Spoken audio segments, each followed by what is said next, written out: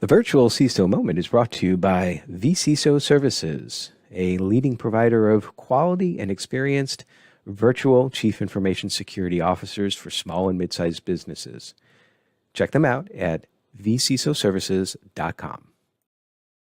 I'm Greg Schaefer, and welcome to the Virtual CISO Moments Cyber Quick Strike for Monday, March 13th, 2023. Of course, the big story of the day, the weekend, started on Friday, primarily with Silicon Valley Bank and the bank failing and all of the repercussions since then. Well, today, NBC News reports that federal regulators have stepped in Sunday to back all Silicon Valley Bank deposits, resolving a key uncertainty surrounding the second largest bank failure in U.S. history, hours before global stock markets resumed trading, which is a good thing. I think it's been good for the stock markets, at least the futures this morning, if I remember correctly.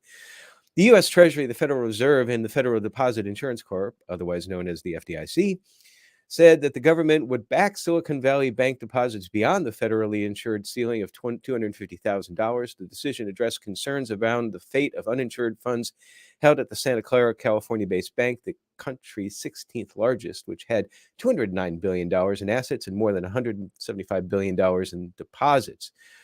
So, according to a quote from the agency's joint statement that was issued yesterday, depositors will have access to all of their money starting Monday, March 13th. No losses associated with the resolution of the Silicon Valley Bank will be borne by the taxpayer, but senior management of Silicon Valley Bank will be removed, according to the statement. And then related from the New York Post this morning, HSBC will buy the UK subsidiary of the Silicon Valley Bank. The UK Treasury and the Bank of England have facilitated the sale, quote, of Silicon Valley Bank UK to HSBC, ensuring the security of $1 billion in assets and, I'm sorry, $8.1 billion of deposits. British officials worked throughout the weekend to find a buyer for the UK subsidiary of the California-based bank that failed last week. HSBC said it will acquire the Silicon Valley Bank UK Ltd for £1. Now, I wouldn't be really surprised if this happens here. And you might want to think about, well, what does this really have to do with InfoSec? Well, it has a lot to do because, as I understand it, many tech startups and those in the cybersec space banked with SVB. Ensuring access to the deposits goes a long way in promoting the stability of those companies. Now, I understand that there is a liquidity issue, so it's not as if that there isn't enough assets with SVB, and I'm pretty sure that that is a major driver behind the fact that the FDIC is going to insure deposits beyond the $250,000 normal, because it's not as if that there isn't assets, that there isn't capital there. It's just that because of interest rates hikes, the liquidity of those assets is not, well, the interest rate hikes caused the run, which then, of course, they couldn't fund because a lot of the assets that the bank has aren't liquid. So the problem, though, still that remains is that maybe that the companies that have their accounts there, they're not going to lose their funds. They just may not have access to some of it for a while. But according to the statement, it seemed to indicate that they would have access to everything today. So we'll see how that plays out. But what's interesting about this, too, is that this all happened at the speed of the internet. Someone may remember back in the 80s, I think it was 1987, when the stock market crashed. And I believe that a significant component of that was technology, trading algorithms kicking in and exacerbating the issue. They were happening too fast to prevent a crash. With something similar here. So you had this run on the bank that exploded in social media late last week. And so then everybody, bank run, starts to pull their deposits out. And of course, because banks basically make money by taking deposits and then reinvesting them, it's not as if that they have all of that money liquid right then there. Otherwise, they couldn't pay interest. They wouldn't make money. And that's a typical bank run. So if you think about this, the speed of how this thing flew out, the speed of the internet and the speed of Twitter, spool back 10 years ago, this may not have happened. Not everybody had smartphones at the time. Certainly, if spool back, this wouldn't have happened in 87 because you couldn't people would just be finding out about it today, I think, with the speed of newspapers. So, but look for some attention on what one person on social media, and I'm sorry, I can't remember who said this, so I can't attribute it to them, but they called this social media risk. So banks and credit unions, they basically look at a whole bunch of risks. I think it's like 7 or 8, liquidity being one, operational being another. Well, social media risk or maybe the speed of which how changes could occur and bank runs could actually happen. Now, there's of course another risk more closely related to SMBs and InfoSec practitioners related to the bank failure. And as HelpNet Security points out, the huge opportunity this frenzy around SVB presents for cyber attackers and the cyber risk this creates for thousands of SVB account holders and their customers and suppliers. Over the next few weeks, as SVB account holders move their finances and operations to other banks, they will notify their customers with their new account details for future wires. Additionally, in today's supply chain landscape, companies work with dozens to hundreds of suppliers, and finance departments will be bombarded with requests related to changing their accounts too. Now, managing the significantly increased volume makes it far more likely to accidentally approve a malicious bank change request. This becomes an even easier attack in cases where the threat actors are working from a compromised account with internal information they gained through a phishing attack. So stay alert and on the lookout for SVB and related scams. We've talked about this before, but it bears repeating. Experts warn that employees are providing sensitive corporate data to the popular AI interface chatbot model ChatGPT. Now, an article from Security Affairs notes that researchers from Cyberhaven Labs analyzed the use of ChatGPT by 1.6 million workers at companies across industries. They reported that 5.6% of them have used it in the workplace, and 4.9% have provided company data to the popular chatbot model since it launched. ChatGPT uses this data to build its knowledge base, but it publicly shares information built on it. So the use of ChatGPT is becoming a serious problem in the workspace. It could potentially cause the leak of sensitive and confidential information. Now, for this reason, companies like JP Morgan and Verizon are blocking access to the chatbot over concerns over confidential data. Now, the experts report, here's some numbers, that less than 1%, 0.9% to be exact, of employees are responsible for 80% of leaks caused by pasting company data into the chatbot. This percentage could rapidly increase in the next months with the integration of the technology in multiple services, for example, through the use of ChatGPT APIs.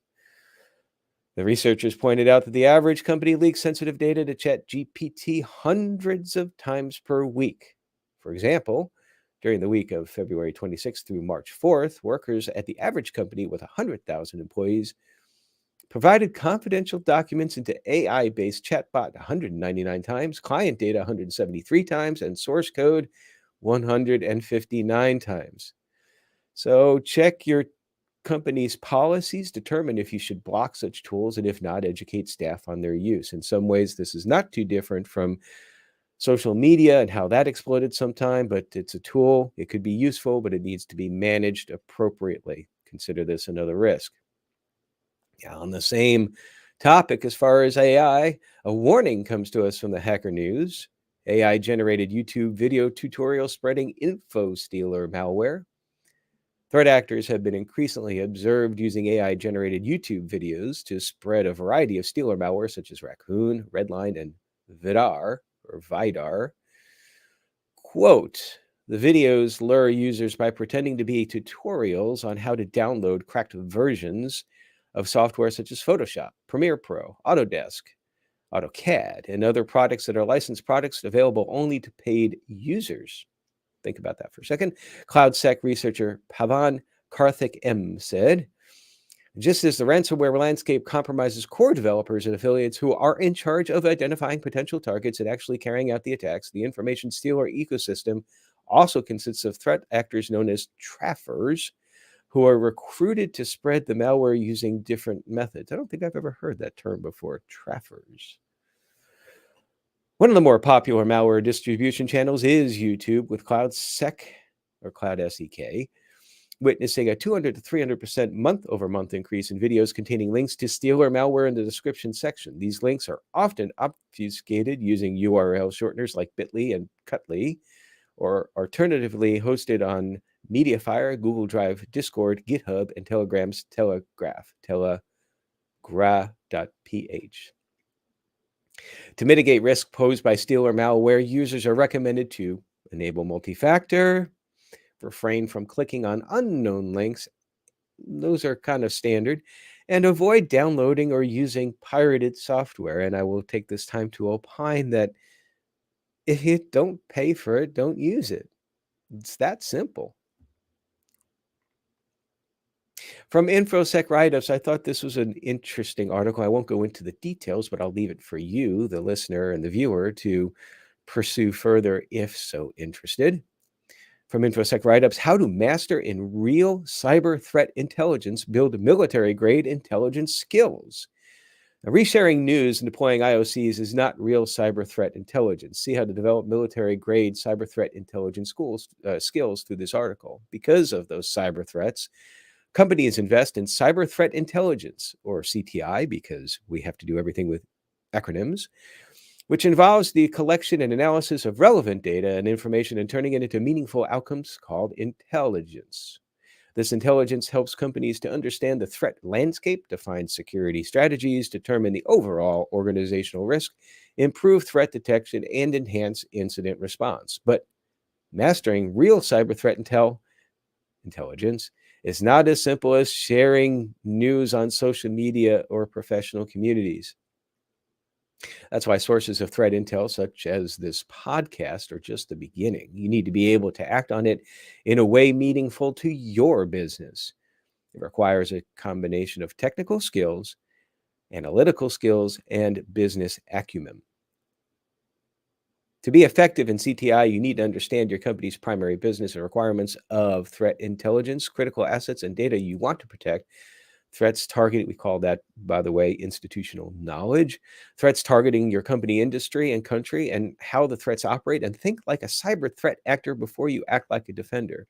So this article, again, it explores two specific areas of cyber threat intelligence, CTI, strategic intel and technical intel, and the reasons why that companies need CTI. The author provides practical tips on how to become a master in real CTI, including the understanding of the organizational threat landscape, collecting and deploying relevant threat intel data, communicating threats to the risk management team, and thinking outside the box. So I thought that would be something that you all might be interested in. Of course, as always, the link is in the show notes.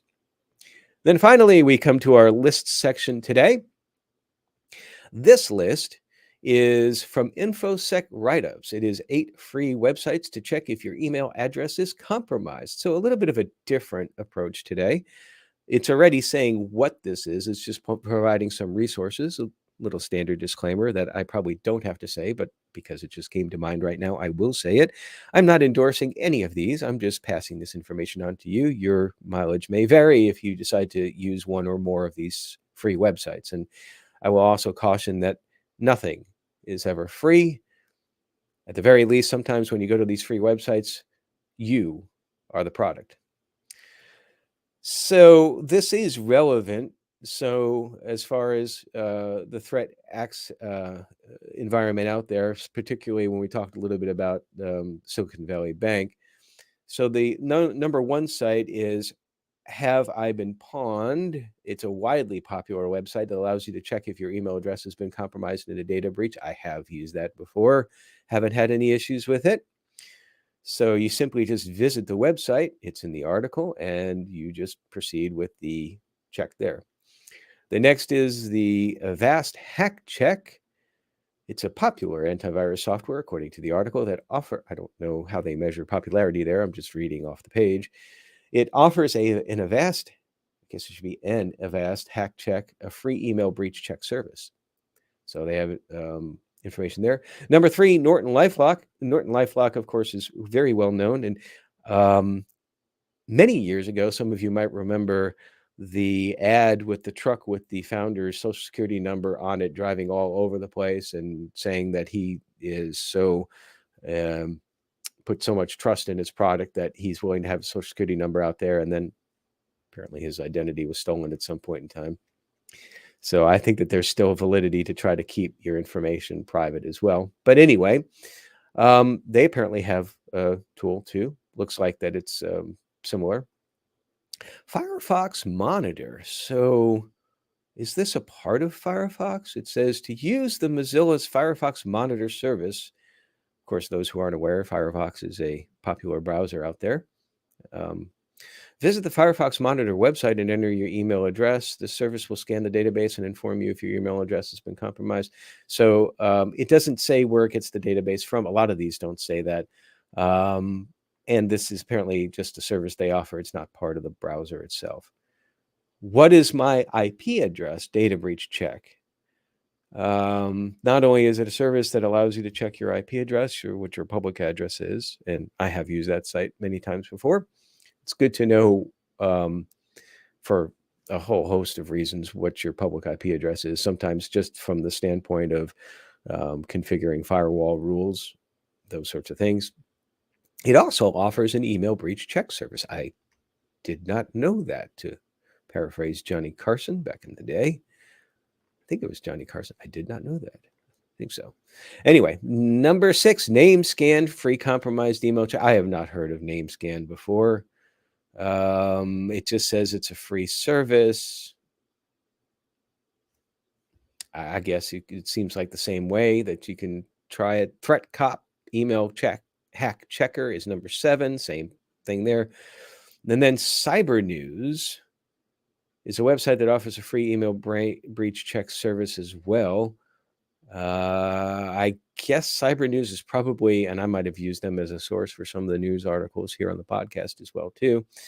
But the conclusion, anyways, what they're saying is that it's probably a good idea to check to see if your address has been compromised against a host of sites. I know that some other services offer this as part of their package, and not endorsing, but just as a remembering that KnowBe4, I think, does this as well too, as part of their overall risk package. They'll be able to help score the email addresses based on not only how the folks perform on phishing tests internally, but also going out externally to these oases and deposits of information, I guess. And that's it for today. I hope you all have a great week. Join us tomorrow for the interview. And until then, stay secure.